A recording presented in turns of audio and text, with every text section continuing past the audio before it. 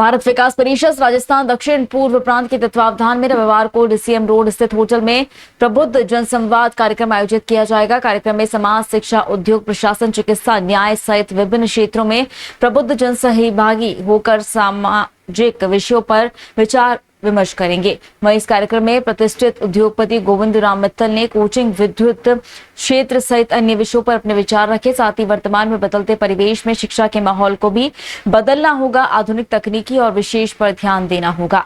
वहीं वन्य जीव विभाग डीएफ अनुराग भटनागर ने कहा कि प्रबुद्ध जनों को आगे आकर वन्य जीवों को संरक्षण के लेकर विशेष ध्यान देना होगा। आज समाज के अंदर वन्य जीवों को लेकर के कई सारी भ्रांतियां दूर करनी होगी और तभी जाकर के कहीं हम अपने वनों और वनों में रहने वाले वन्य जीवों को बचा सकते हैं।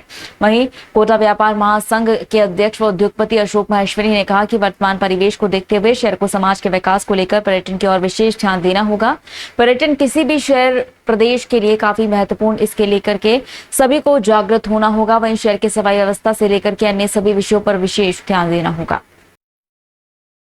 वो बहुत सारे काम कर रहा है, पर्यावरण के ऊपर भी कर रहा है। जैसे मैडम ने बताया है कि उन्होंने सीड वॉल्स ही बनाई है और मेरा एक निवेदन है कि इसमें हमें वाइल्ड लाइफ के लिए, पर्यावरण के लिए इन ए ब्रॉडर सेंस हमें काम करना चाहिए, क्योंकि हम ये समझते हैं कि हम सिर्फ ह्यूमन के लिए काम कर रहे हैं और ये एक ऐसा वेब है, पूरी ये शर्ट मेरी बनी है, इसमें इतने धागे हैं, इसमें एक धागा सिर्फ ह्यूमन बीइंग का है, बाकी सारे जो लाखों जो धागे हैं उसमें दूसरी बहुत सारी प्रजातियां हैं। और देखिए, मैं ये मानता हूं कि हम यहाँ संस्कृति की बात कर रहे हैं, उस देश की संस्कृति सबसे ज्यादा अच्छी मानी जाती है जिस देश में वहाँ के वन्य जीवों को, वहाँ के पक्षियों को, वहाँ के जानवरों को भी इम्पोर्टेंस दी जाती है। बिजली का 10% का चोरी होने की जो संभावना वो हो जाती है उसमें, उसके साथ में मेंटल डिस्टर्बेंस होता है इलेक्ट्रिसिटी की वजह से, इसलिए उसको अंडरग्राउंड करना उसको जरूरी है। एक कोचिंग कॉलेज, पता नहीं लोगों को कोचिंग कॉलेज को ST का दर्जा दे दिया कोटा में लोगों को बना करके, ये बहुत खराब काम है।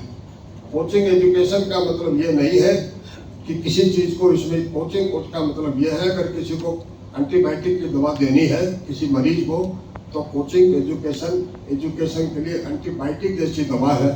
बच्चों को जिनको नॉलेज नहीं है पढ़ने का, और कोटा के लोगों में जिस तरह से प्रॉस्पेरिटी का जो एक टारगेट है वो कोचिंग एजुकेशन से पूरा किया जा सकता है। प्रतिनिधित्व कर रहे हैं उस क्षेत्र का निर्माण किस तरह से संतुलित हो सके, वहाँ की अर्थव्यवस्था कैसे मजबूत हो सके, वहाँ का मेडिकल सेक्टर, आज अभी हम लोग देख रहे हैं कि मेडिकल क्षेत्र में भी किस तरह की खामियां व्याप्त है।